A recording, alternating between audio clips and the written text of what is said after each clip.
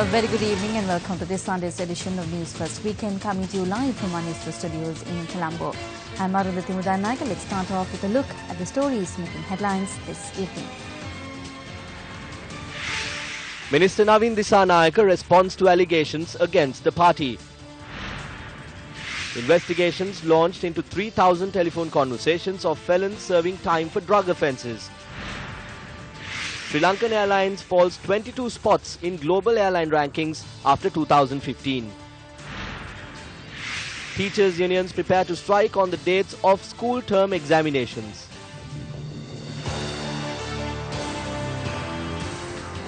And now the stories in detail. The national organizer of the United National Party, Minister Navin Dissanayake, spoke at an event held in Ginigathena, Nuwara today.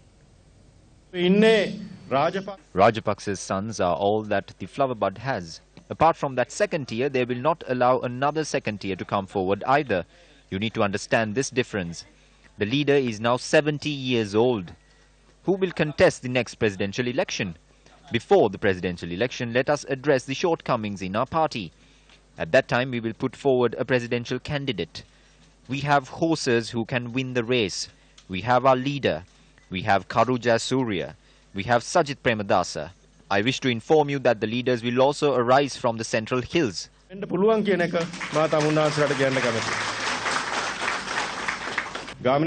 created Gamini Dissanayake. He was a young man.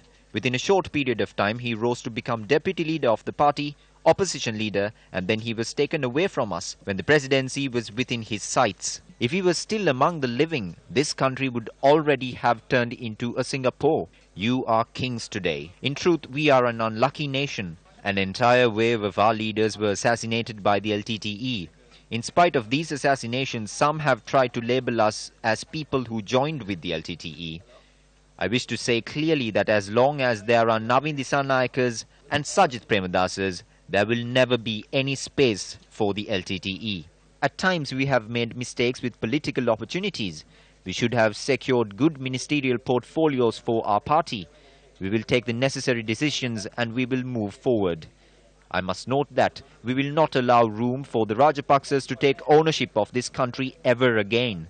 Mahinda Rajapaksa is also afraid of the current situation. He is not in favor of Gotabaya becoming the leader of the country. He wants someone who is beholden to him, whom he can control, and especially someone who will pave the road for his son Namal Rajapaksa. I am 100% sure of this fact. To date, Mahinda Rajapaksa has not opened his mouth and said with his usual smile that he will bring in Gotabaya. I ask him to say so. He will not say it. He will wait until the last moment to see whom to put forward. We ask you not to be deceived by this. Permanent appointments were presented in Jaffna today to volunteer teachers in the northern province. The event was held under the auspices of Prime Minister Ranil Wickremesinghe.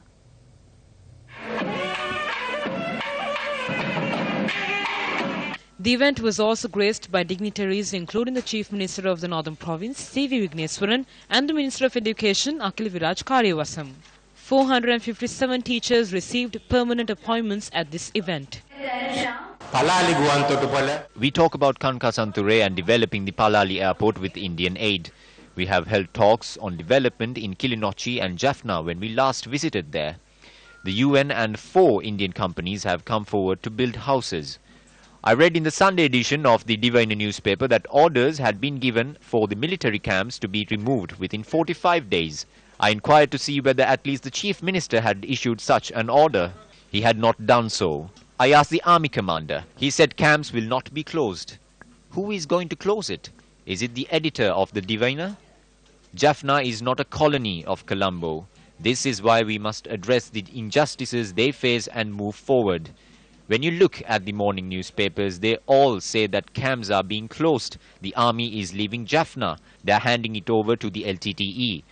They would have to give life to Prabhakaran to do that. On that end, they are senselessly dragging out communalism and needlessly making the people afraid regarding their security. This is all false. Meanwhile, another phase of the Enterprise Sri Lanka program initiated by the government to strengthen entrepreneurs was launched in Jaffna, centered around state banks in the area. Dignitaries including the Prime Minister and the Minister of Finance and Mass Media, Mangala Samadavira, were present at the occasion. Until now, no matter how many good project proposals they had or how many enterprising ideas they had, there was no one to lend them a helping hand. On many instances, when they went to the banks, more often than not, the banks would look at ways by which not to give a loan rather than to give the loan. We are calling on the banks to give priority to the project proposal. On various levels, the interest on the loans you give are being paid by the government. In order to strengthen entrepreneurship among women, the government will be granting interest relief, which is 10% higher. Today, you can come to the bank and take a business loan on a low interest rate, about 6% for the entire.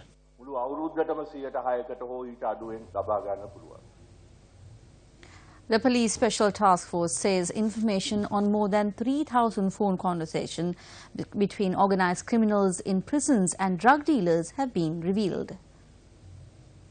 A high-ranking officer of the police STF noted that following investigations, it was revealed that certain inmates have made international calls with criminals from countries like India, Dubai, Nigeria and Pakistan. The inmates who had contacted criminals overseas are from the Gaul, Valikada and Magazine prison. The officer noted the police STF will conduct further investigations regarding these phone calls and the foreign inmates kept in these prisons. According to the prisons department, information has come to light on the prison officials who support drug smugglers and the organized criminals in the prisons. A senior spokesperson there noted that information has surfaced that inmates hand over mobile phones and other illegal equipment to the detainees. A special investigation regarding 6 of those officers working in prisons centered around Colombo has been launched by the intelligence units attached to the prisons. The senior officer at the prisons department added that 4 officers have been given their resignations since January to date due to offences. About 200 suspected members of 30 active organized criminal gangs in the country are imprisoned as of now. The ceremony to release the maiden waters of the Morugahakanda Kalu Irrigation Development Project and commencement of the construction of the Kalu Tunnel is to take place tomorrow under the auspices of President Maithripala Sirisena. The irrigation project has been built across Laggala and Pallegama to collect water from the Kalu River, which springs from the Kalupahana area in the Knuckles mountain range. The total capacity of the irrigation project is 248 million cubic meters of water. An area spanning 128 square kilometers has been allocated as a catchment area for the 14.5 square kilometer Morugahakanda Kalu Ganga Irrigation Development Project. Around 3,000 families who are resettled in the valley downstream from the Kalu River will be provided with water from the project. Further, the project will also irrigate 2,000 acres of land and excess water will be directed to the Morugahakanda reservoir. The project will also supply water to the Mahakanadara Baba, Ambanganga, Yoda Ala, Minneria, Giritale, Kaudulla and Kantale. The power plant at the Morugahakanda Kalu Ganga Irrigation Development Project will also add 25 megawatts of electricity to the national grid. According to the President's Media Division, the Morugahakanda Kalu Ganga Irrigation Development Project will supply the largest amount of electricity to the national grid as a multi-purpose development project since the Mahavali project.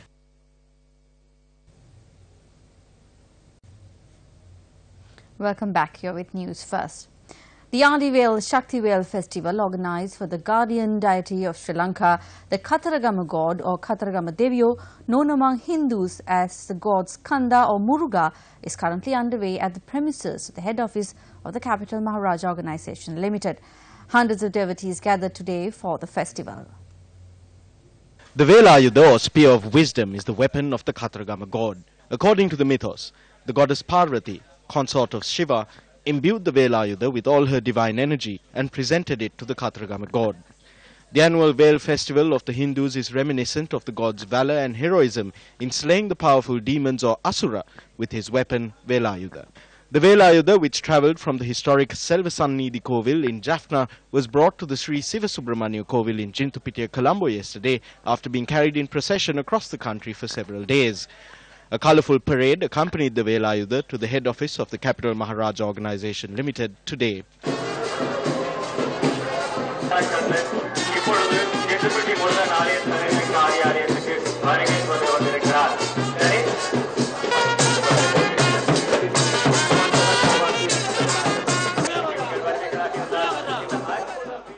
The Velayuda was placed within the special enclosure at the head office of the Capital Maharaja organization today, following a special puja conducted by members of the clergy who had travelled from India for this festival.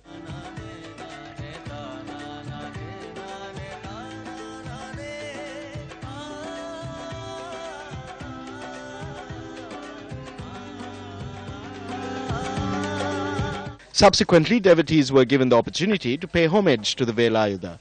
Devotees flocked to the Shakti Oil Festival to pay homage to the sacred Velayuda.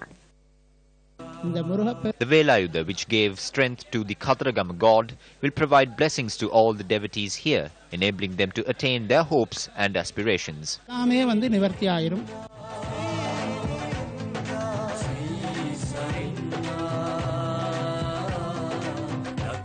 The Shakti Oil Festival was complete with cultural performances by the Adivasi people and traditional singers from South India, drummers and dancers.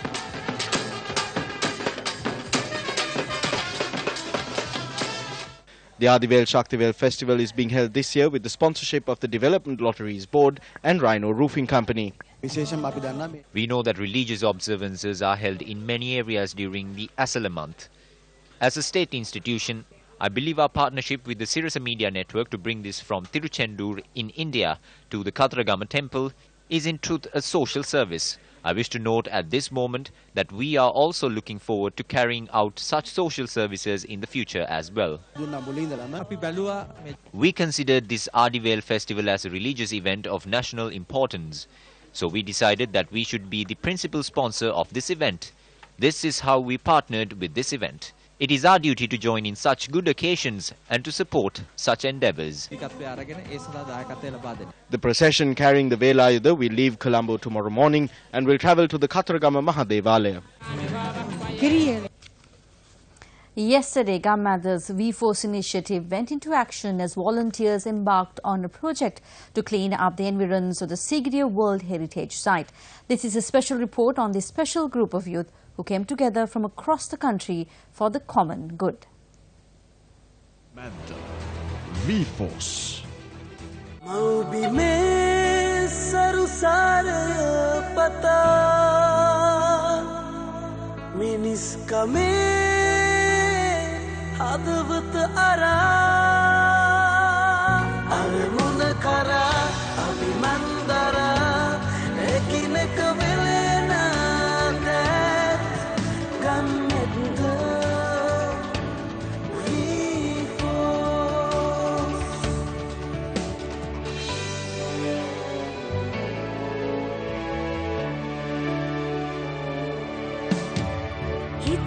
පතන හැටි කොහොම වුණත් දවස ගෙවෙන හැටි හරිම වෙනත් එක අරමුණකට එකතු වුණොත් අපි එක පුරවැසි බලකායක් මේ විදිහට අපෙන් දායකත්වය ලබා දෙන්න පුළුවන් වීම ගැන අපි සැබෑම සතුටු වෙනවා වගේ ආඩම්බර වෙනවා අපි හිතුවේ නෑ මේ මෙච්චර දෙයක් කරන්න පුළුවන් කියලා අපිට ගොඩක් සතුටුයි අද දවසේ ගැන ගොඩක් සතුටුයි මේ ජනතාවට කියන්න තියෙන්නේ තව ඉස්සරහට මේ වගේ වැඩ වෙනවා ඒවට පුළුවන් තරම් අපිත් එක්ක සම්බන්ධ වෙන්න සීගිරිය කියන්නේ මේ අපේ උරුමයක් වගේම ලෝක උරුමයක් ඒක රැක් ගන්න අපිටත් දායකයන් ලැබීම ඉතාමත් හොඳයි උරුමය ඉතුරු කර දීමට කැප වෙන බවට පෙන්වන්න හොඳ අවස්ථාවක් අපිට ලැබුණා කියලා හිතනවා. The representatives of the Ganga VForce enthusiastically took part in the cleaning up of the road leading from the north entrance as well as atop the historic rock fortress. Students receiving their higher education at several well-accepted universities in the country as well as people from across the country joined hands with Ganga to be representatives of the Ganga VForce.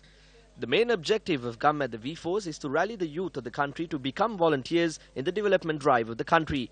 The youth who actively participated in this venture yesterday without any anticipation of reward sets a valuable example before the country.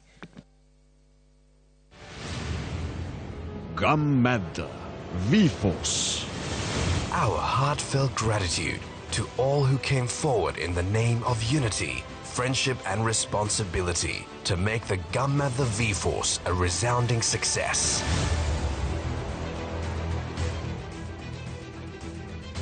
Ganga VForce.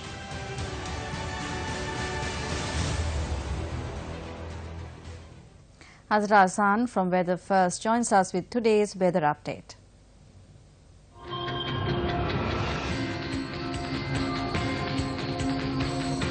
A very good evening to all our viewers. You are joining me, Azra San, on Weather First. Let's now take a look at the weather forecast for the next few days. Strong winds can be expected across the island in the coastal areas and in the central hills, and especially in northwestern, western and southern parts of the country, wind speed can be increased over and over again. If we take a look at the weather forecast for tomorrow and the day after, several areas in the country will experience light showers except for in Colombo and in surrounding areas. And on the day after tomorrow, light showers can be expected in Galle and in the Batticaloa areas. On the 25th of this month, the southwestern part of the island will be cloudy, and on the 26th of this month, light showers can be experienced in Colombo, Kandy and in the Rathpur areas. Let's now take a look at the weather forecast for Colombo for the next few days.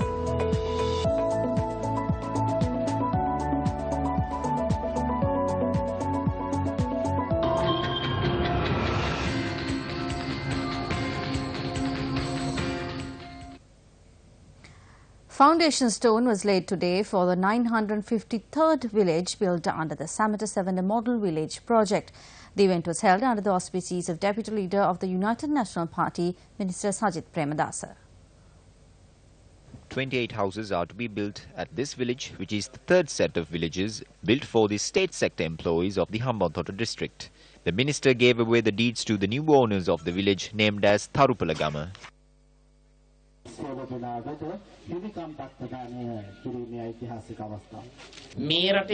What is the main topic of the country at present? Who is the presidential candidate? Is that the most pressing problem of the people? I believe that there are a lot more important issues than that. At this very moment, there are millions of people in the country who do not own a house or even a piece of land. They live in their ancestral home for rent, in houses of friends or relatives. We need to solve the issue of water. We need to sort health issues. There are many problems in the education sector. We need to think about the problems of the farmer, fisherman, labourer, the poor, the middle class, the state sector's employees. We need to solve irrigation problems. We need to face the battle of life. We need to find solutions to the problems of livelihoods. These are the issues that matter. Welcome back to the news. And up next is a special segment, The People's Voice.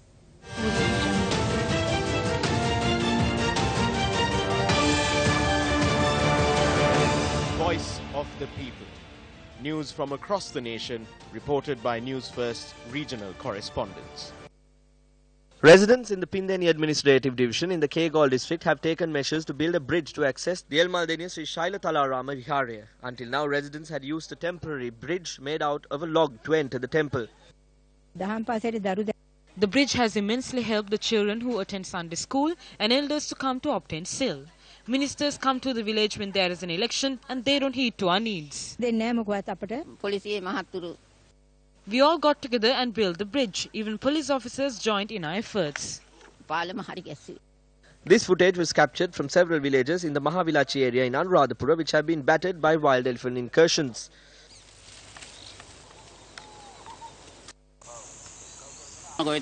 We cannot make a living off agriculture anymore. Elephants pull down our murunga and mango trees, and they even destroy coconut trees. We live amidst many hardships.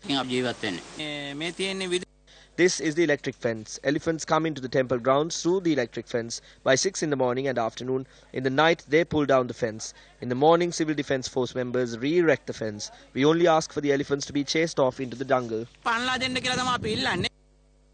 Patients at the Diyabeduma Primary Hospital in Polonnaruwa are greatly inconvenienced due to the shortage of medical staff, including doctors. According to our correspondent, even today, both doctors at the hospital had not reported to work, and only a grand total of 3 of the 18-member staff had reported to work. Due to this reason, resident patients at the hospital were transferred to the Polonnaruwa General Hospital.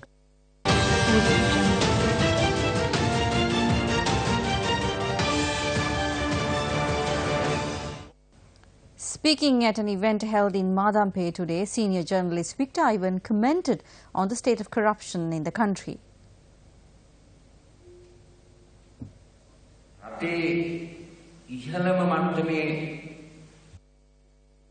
If those at the highest echelons in the country, the presidents and prime ministers, are stealing, then how can there be rule of law? In truth, a main function of state administration today has become the theft of the public wealth and public property that is entrusted to them. there are no party divisions when it comes to this. It has been normalized. Another key component of this crisis is that as they look on, the powerful political leaders of Sri Lanka are declining. Do not be surprised if, as this crisis continues, come 2020, it could be possible that there won't be any main candidates for the presidential election. The world ranking of our national carrier Sri Lankan Airlines has dropped by 22 positions since 2015 to the 95th position in an international ranking carried out by Skytrax. Skytrax Awards 2018, the world's largest annual airline passenger satisfaction survey, ranks the world's top 100 airlines. The ratings for the Skytrax Awards 2018 have been voted for by airline customers around the world. Singapore Airlines is ranked the best, followed by Qatar Airways and ANA All Nippon Airways. Airlines from Asia dominate the elite end of Skytrax's rankings, taking 9 of the top 10 spots. Sri Lankan Airlines was ranked 81st last year by the same ranking agency. According to the ranking, Sri Lankan was ranked as the 52nd best airline in the world, and it had dropped to the 73rd position in the year 2015. It has seen a decline from the year 2016 onwards and was ranked 67th in 2016 and 81st in 2017. Sri Lankan Airlines has been in decline over the past several years, incurring losses upon losses. In 2015, Suren Ratwatta, the brother of the Prime Minister's senior advisor Charitha Ratwatta, was appointed as the CEO of Sri Lankan Airlines. Do you recall the manner in which Suren Ratwatta demanded millions as a severance package when he was leaving the airline? Among the privileges he demanded were return air tickets to and from Australia for him and his wife. He took home a monthly salary of 3.2 million rupees. Was Suren Ratwatta, who was at the helm of Sri Lankan Airlines as it crashed down the global airline rankings and was driven to the depths of ruin, appointed to the position of CEO simply because he was the brother of the Prime Minister's advisor Charitha Ratwatta? Who is accountable for the appointment of the Board of Directors of Sri Lankan Airlines? The trade union Professional Solidarity for Protecting Education has issued an announcement stating that officers of the Education Service have decided to call an island-wide strike on the 26th of this month against the political vengeance being taken by unlawful committee approvals.